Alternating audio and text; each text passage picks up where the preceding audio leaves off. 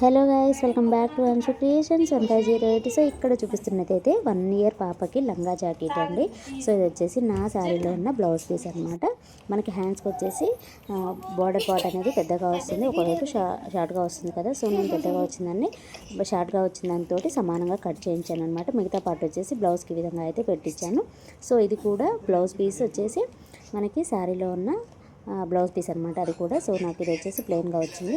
దీనికైతే ఈ colour combination అయితే డిఫరెంట్గా ఉంటుంది అనేసి ఈ విధంగా అయితే సెట్ చేయించాను.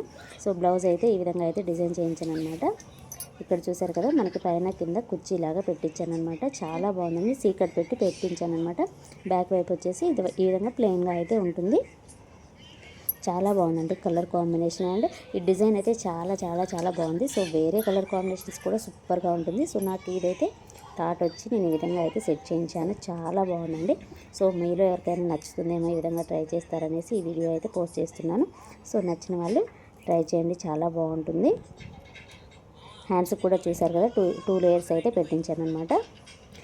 అండ్ బ్లౌజ్ కూడా 2 లేయర్స్ పెట్టించాను. సో ఇంకా గ్రీన్ కలర్ అయితే చాలా బాగుండేది. సో నా దగ్గర ఉన్న పీస్ కాబట్టి ఈ విధంగా సెట్ చేశాను. అది కూడా 1 ఇయర్ పాపకి. సో నెక్స్ట్ ఫ్యూచర్లో అయితే యూజ్ అవ్వదు కాబట్టి ఆ టైం వరకు అయితే యూజ్ అవుతుందని ఈ విధంగా సెట్ చేయించాను అనమాట.